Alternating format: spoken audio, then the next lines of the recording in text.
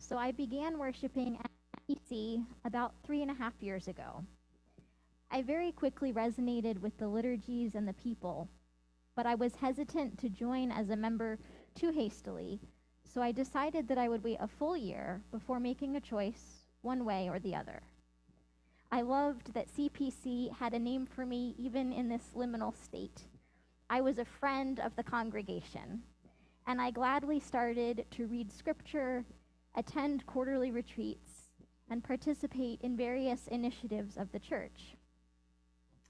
In late fall of that same year, Ellen asked me if I'd like to join the worship committee. I hemmed and hawed a bit. I really did love CPC's worship, and I thought that being on the committee could be a neat way to meet people in a small group setting. But my dad is a pastor, and I've consequently been advised to be wary of church bureaucracies. Ellen, being the insightful gem that she is, offered that I could attend a meeting to get a feel for it. No pressure. Well, I went, and if memory serves correctly, by the time the meeting had finished, I had enthusiastically agreed to craft this Advent service with Holly, and I'd given my blessing to add my name to the worship committee roster. As I consider what this congregation means, I come to the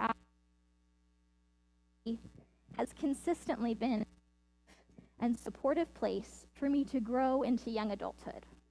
It was as a member of the worship committee that I first introduced meeting agendas and the delegation of tasks.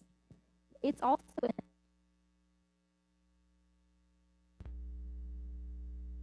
that I've been able to host preaching fellows, create orders of service, and even preach a few times. This is the first space in my young adult life where my intellectual and emotional contributions have been seen, heard, and appreciated. I cannot overstate how validating and affirming that has been. Similarly, as I've come to understand myself clear, and friends in this congregation were among the first to hear my fears, my questions, my relief, my pride.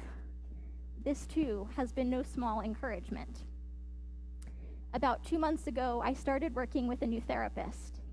One of the things I've been able to name is that I don't often feel safe to be angry. Slowly but surely, I am coming to trust that conflict is normal and healthy, and it's perfectly okay, helpful even, to voice frustration.